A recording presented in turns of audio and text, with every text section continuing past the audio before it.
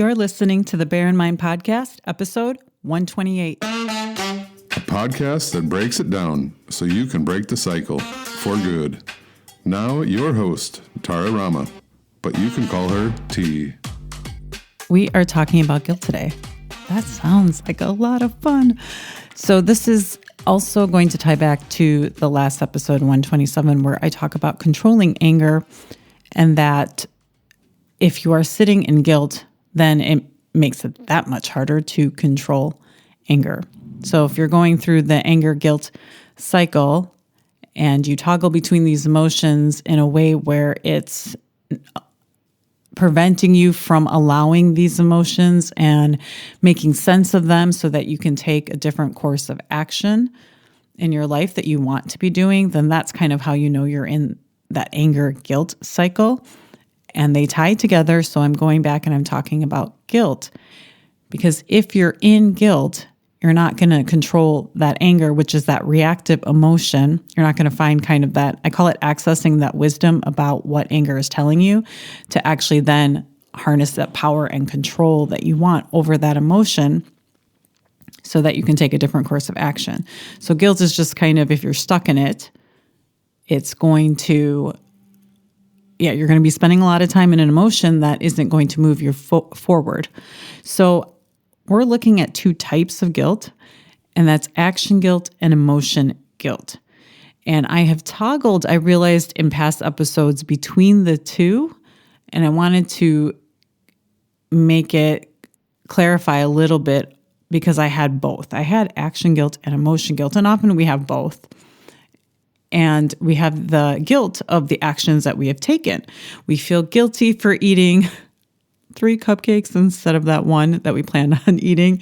We feel guilty for yelling. So all of those actions that we've taken, and we look back on it and we either regret it or we think we did something wrong. We didn't call back a friend when we said that we would. That action, and then now we're in this present moment and we're looking back on a past action and we have a certain viewpoint of that it's wrong. And when it comes to yelling, we often are sitting there thinking that is wrong. We're ruining our kids' lives, etc. So that is kind of the guilt. And I think that's the majority of the guilt that I'm referring to.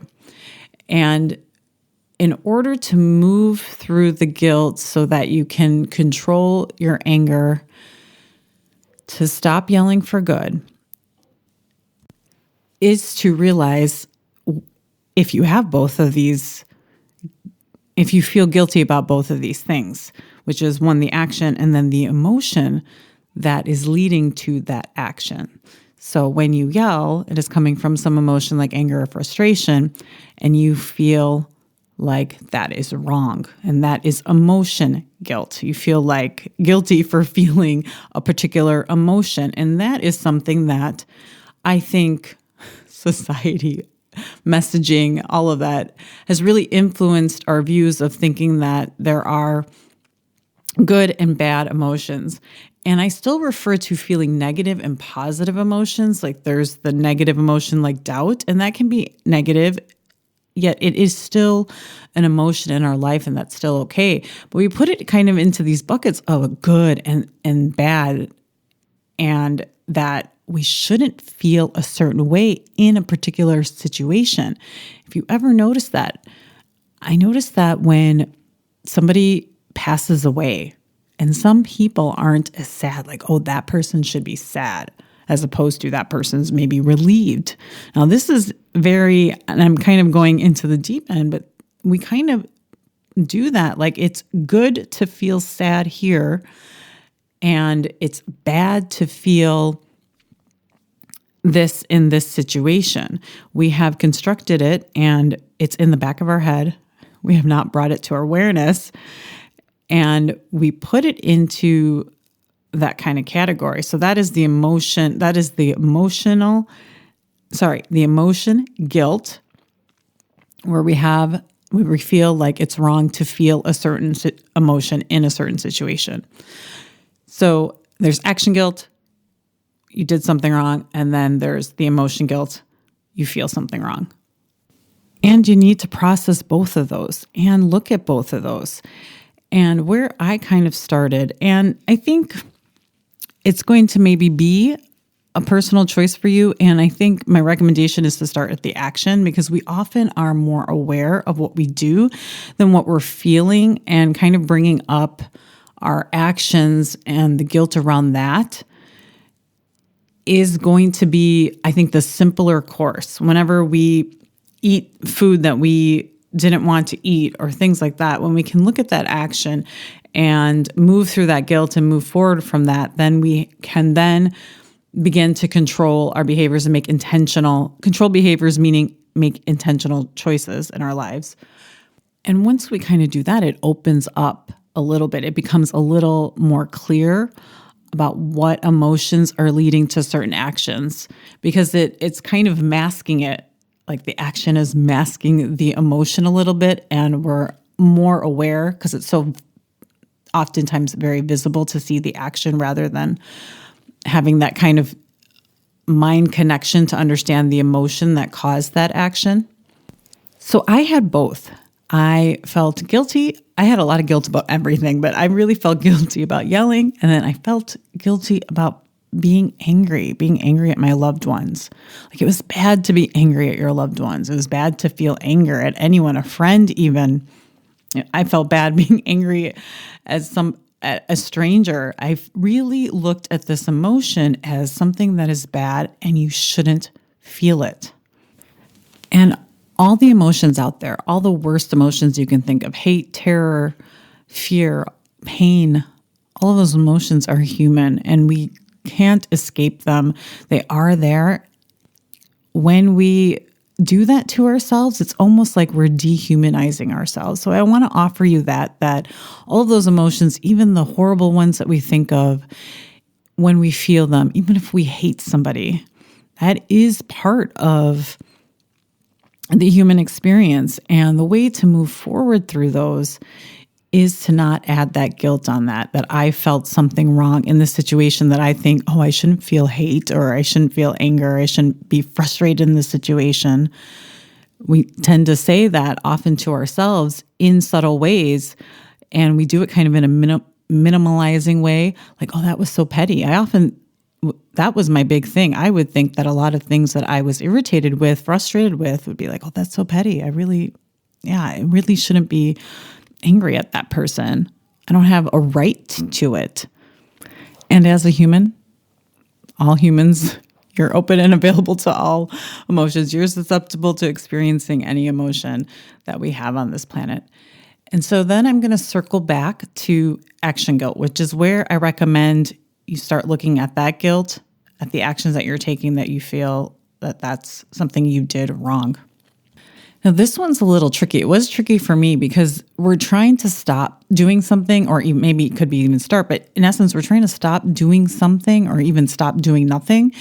And we're wanting so badly to stop it. And then when we keep doing it, it can lead to a lot of frustration. And if you ever notice that because we're looking at it, at that action, in a way that it's wrong or something, that it keeps perpetuating that action. Because I have a question for you. I have a question for you about that. Do you think that it's actually permanently helping you change? I know that as soon as I kept looking at yelling as this awful, horrible thing that I was doing, I'm so guilty of it, I kept doing it. It wasn't stopping. And when I opened up and I just poked a little hole into why is that maybe that action isn't as wrong as I think it is. And it's just a little bit, you just have to find a little hole, a little gap in that thinking. You don't need to go to all the way, yelling is great, yelling is awesome, because that's not going to be believable. But that thought right there, that yelling is bad, yelling is ruining my child's life, that is what's causing the guilt. And to find a little hole in that can poke in and help you move forward in that action guilt. And I've talked about this before. Like, I've talked about that, yelling is maybe sometimes okay. Yelling is sometimes saving lives. The other trick that I would say that I looked at my actions is that was a stepping stone to learning about my anger. Like, this was a necessary step to allow me to get information about the anger.